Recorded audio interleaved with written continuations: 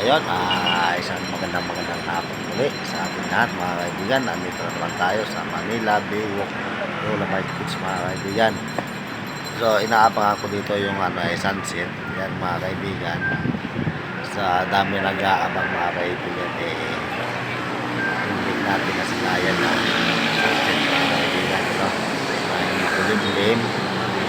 Oras na. 5:30 ganitong oras po yung pag-ulog ng araw, no? Yung sunset. So ayan. Kahit makulimlim mga kaibigan ay napakainit ng sinal. So umulan nung nakarang araw, tapos ngayon mainit yan hanggang tanghali.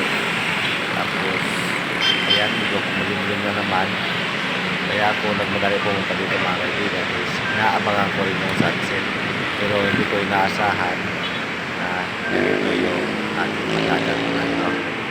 May mapula naman siya pero hindi siya gano'ng magkita kasi madilim, makulimlim, nakatapunan siya ng ulap mga kaibigan. No? Yan. Sad to say is malungkot mga kaibigan. Pero okay lang, at least ay nakarating dito na tayo dito na maayos.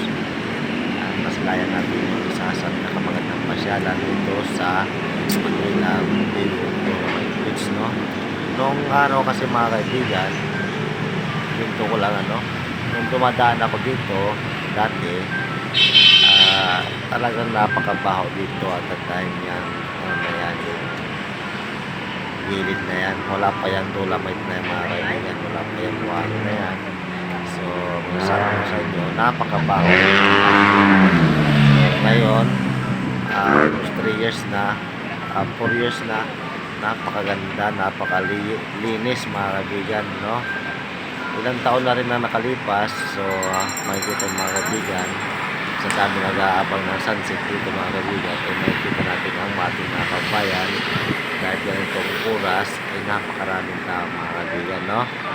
So sa mga kapanood ng ating video mga kaibigan, please like and comment and subscribe na rin mga kaibigan. Maraming salamat po at God bless po sa inyo lahat.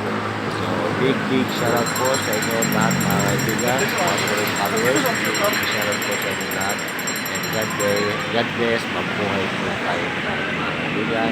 Nandito na lang po ang ating video.